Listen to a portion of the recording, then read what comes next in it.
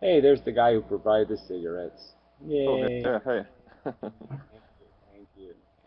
They're burning well. Okay, Yeah. good to hear. So you got the long ones then? Oh yeah. Yeah, they don't even sell those here. So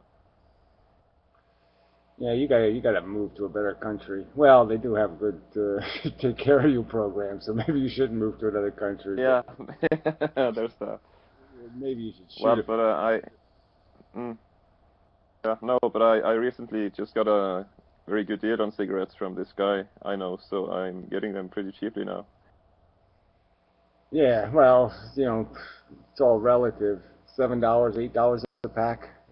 Yeah, might be better than 20, but it still sucks. Yeah, yeah, it is actually around that price, but yeah, compared to $15 or six, I guess it's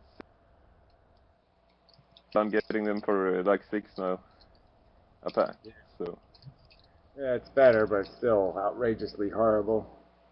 yeah, yeah, of course.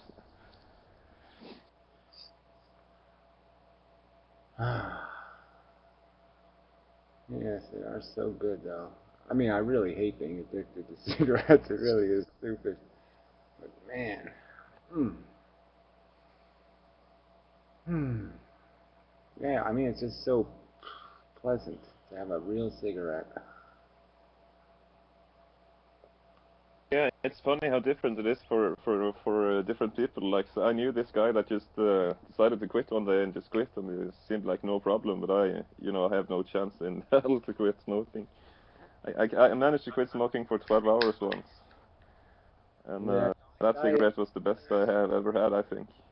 I think I could kill people for cigarettes. I mean, I think if it came to it, once I went about 12 hours, I'd start killing people. you know, my mother, Yeah. my father, well, it wouldn't matter, sister, it doesn't really matter, relatives, it doesn't. For a cigarette, yeah, I'll kill I remember in the mid 20th century they would do these psychological experiments and they would try to see how far people would go to get to nicotine and they would just go to insane levels. I mean, they'd make them cross like planks over whatever electrified fences or they thought were electrified fences.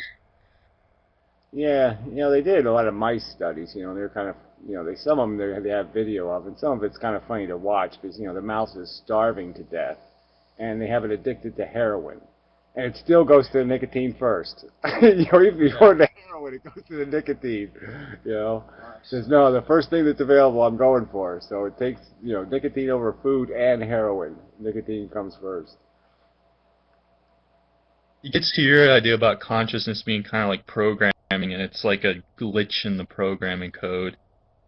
Yeah, it's just such a neat chemical the way it does it, because it's so subtle. You know what I mean? It's not like it gets you stoned. It doesn't do anything for you except make you not need to smoke. You know what I mean? You smoke and then the need to smoke is gone.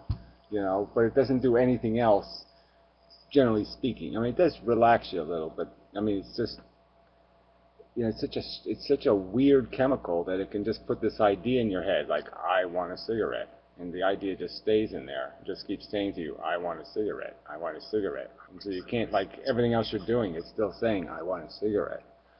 It won't let you Yeah, think a I cigarette. miss those. I miss those intermissions they used to have in, or not that I lived during those times, but those intermissions they used to have in theaters. Because I hate sitting through an entire movie now. I need a cigarette in the middle. Yeah, you got to figure out what's the Oh. best part to go take a cigarette break. Well, I guess Yeah, I'll. yeah, that's exactly what I do. I always leave in the middle and have a cigarette. Do I skip the murder scene or the sex scene? Let's see, which one do I sacrifice?